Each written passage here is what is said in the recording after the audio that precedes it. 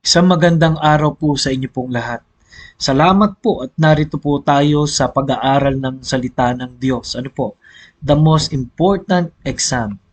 Siguro kinabahan na tayo nung tayo mga estudyante pa sa mga exam. Ano po bang ang mabigat na subject na ating kinuha, no? At nag-exam tayo. Pero sa harapan po ng Diyos ay meron po mga eksaminasyon. Dahil alam niya ang ating puso. Ano po? Alam niya at batid niya ang ating puso. Kaya sa 2 Corinthians 13 verse number 5 ay mababasa po natin ang ating pangunahing talata. Ano pong sabi po sa 13 verse number 5? Ano po? 13 verse number 5.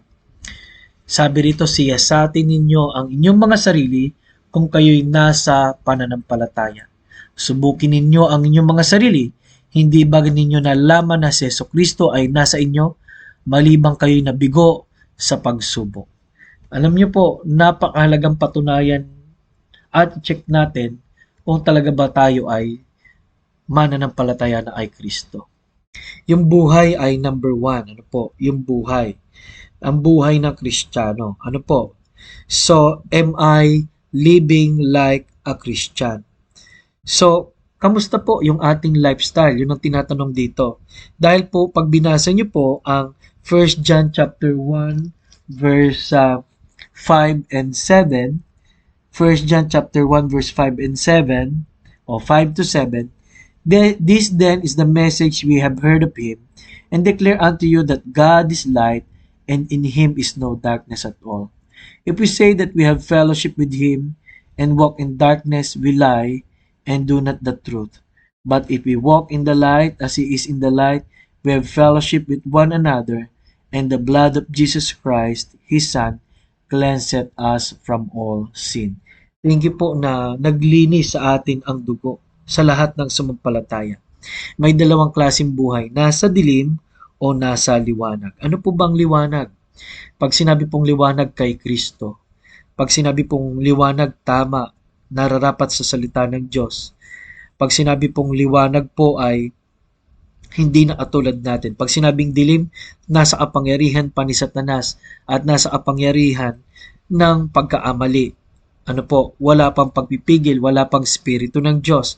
Kaya ang tanong po ay sa atin po ngayon, ano, kamusta po? Nakikita na po ba natin ang liwanag ni Kristo sa ating buhay? Question 2. Am I obeying like a Christian? Kasi po, alam niyo po, ang ibig sabihin po ng Christian ay tagasunod ni Kristo. Ano po?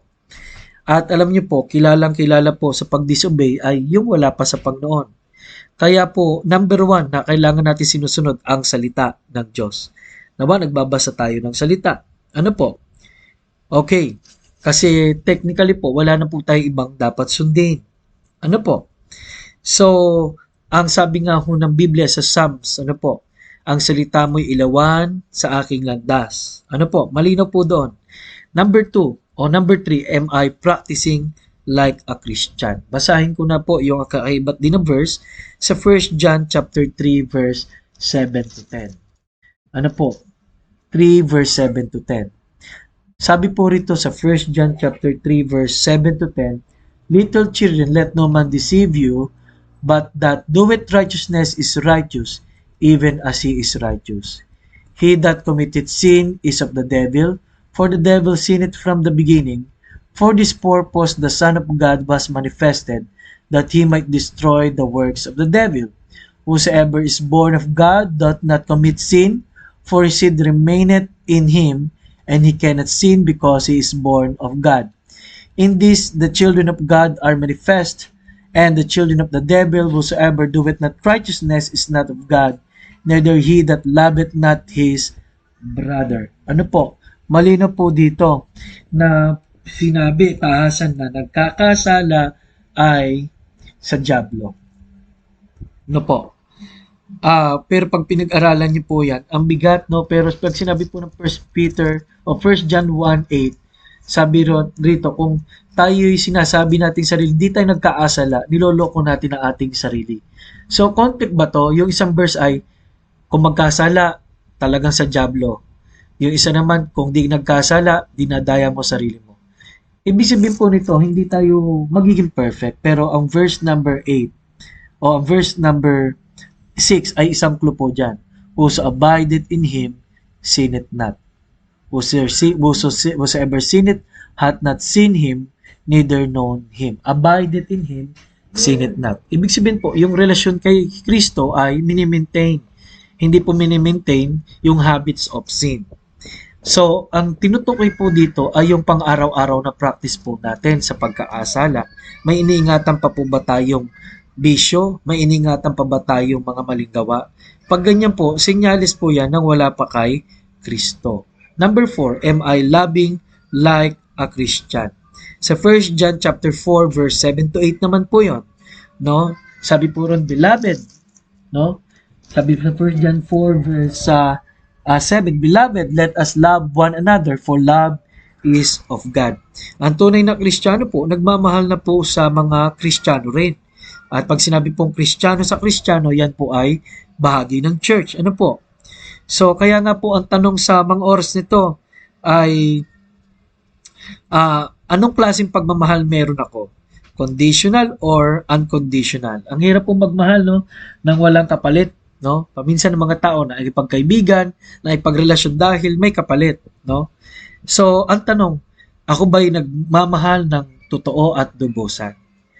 Ano po? Bilang anak ng Diyos. Question 5. Am I assured like a Christian? Ano pong ibig sabihin ng assured like a Christian? So, pag sinabi assured like a Christian, tinanggap mo na ba? No?